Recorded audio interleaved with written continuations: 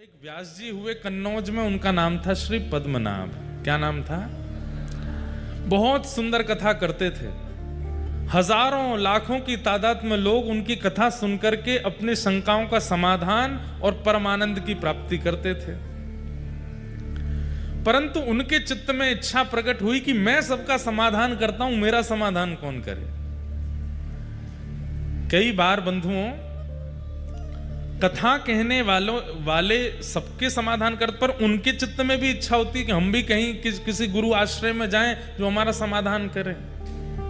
कभी नहीं हो सकता। नहीं तो इस व्यासपीठ पे अहम बहुत जल्दी आ जाता है। इतने लोग प्रणाम करते हैं, इतने लोग वंदन करते हैं, इतने लोग सब आगे पीछे घूमते हैं, सब करते हैं, तो अहम आना बहुत स्वाभाविक हो जाता है। लेकिन व्यासपीठ पर बैठा वक्ता भी अपने ऊपर किसी आचार्य को मानता है और उनके सदा शरणागत में रहता है, तो उसके अंदर अहम नहीं आ सकता।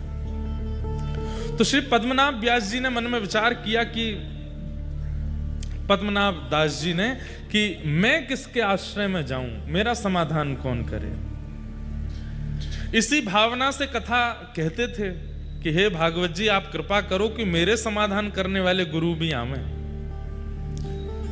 तभी कन्नौज में श्रीमद वल्लभाचार्य महाप्रभु जी का आगमन हुआ। बंधुओं, श्रीमद वल्लभाचार्य जी कौन हैं? भगवान के मुख का अवतार हैं। महाप्रभु जी प्रकट हुए। यशोदा जी का अवतार भी माना जाता है, श्री यशोदा जी के भाव से, पर गोसाई जी में यशोदा जी के भाव ज्यादा अनुभव होते हैं। गोसाई श्री विठलनाथ जी महाप्रभु जी के पुत्र। तो महाप्रभु जी का कन्नौज आगमन हुआ।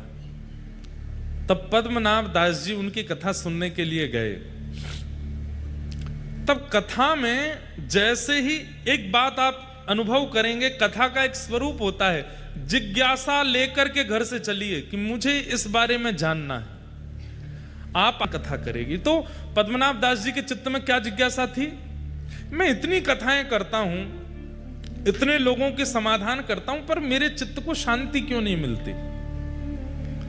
और आप इसी जिज्ञासा से आकर के जब कथा में बैठे, उसी समय महाप्रभु जी ने एक प्रसंग कहा, और प्रसंग में कहा कि भैया, ठाकुर जी की सेवा करने वाले, ठाकुर जी की कथा सुनाने वाले, ठाकुर जी के समीप रह करके किसी भी प्रकार की सेवा का क्रम करने वाले को अपनी जीविका के लिए ठाकुर जी का प्रयोग नहीं करना चाहिए। समझ में आई बात? उस पर चढ़ावा आवे, उससे हमारा घर परिवार चले। ठाकुर जी जीविका नहीं होने चाहिए।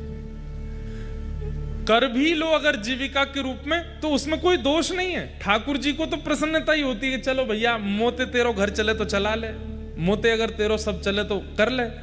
लेकिन यदि किसी व्यक्ति को परम सुख की प्राप्ति करनी है, तो ठाकुर जी का क्रम अपनी जीविका के लिए ना करे। ये बात महाप्रभु जी कथा में कह रहे थे, और इसी बात को पद्मनाभ दास जी बैठ करके सुन रहे थे।